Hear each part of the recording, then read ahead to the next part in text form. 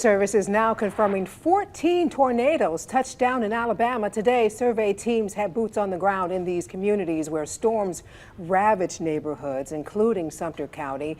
They say an EF2 hit northeast of Scratch Hill with winds reaching up to 120 miles per hour. Now, across the entire state, at least 3 people have died because of this outbreak of tornadoes.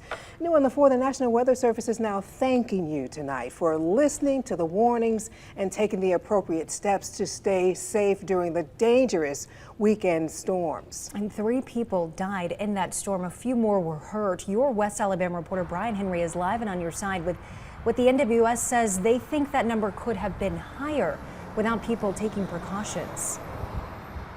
Well, Morgan and Sarah, Kevin Laws with the National Weather Service put it best. It was messaged well with the messaging starting 7 days in advance, and that is likely what made all the difference.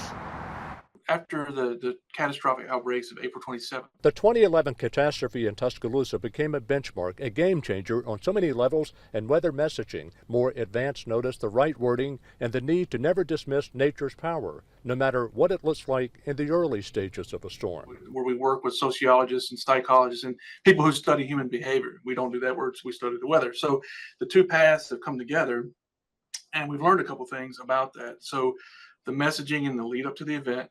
So I think this one was well messaged, well ahead of time. And therein lies the probable difference in the number of lives saved in Alabama last weekend. You can replace your home, but you can't replace a loved one. In Walker County Tuesday, National Weather Service meteorologist in charge Chris Darden spoke to that very thing while surveying the storm damage in Sipsey. And talking to the folks that lived here, they got the warning. They took cover in the basement.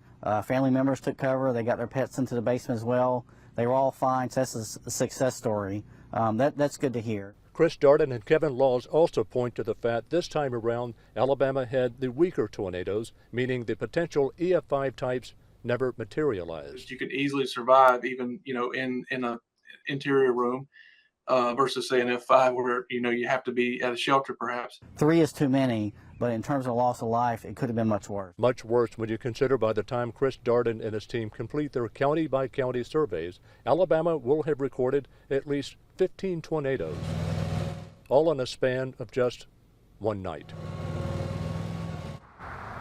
And Chris Darden and his crew started Monday touring several counties in this part of the state. Their last county to check out was Sumter County today.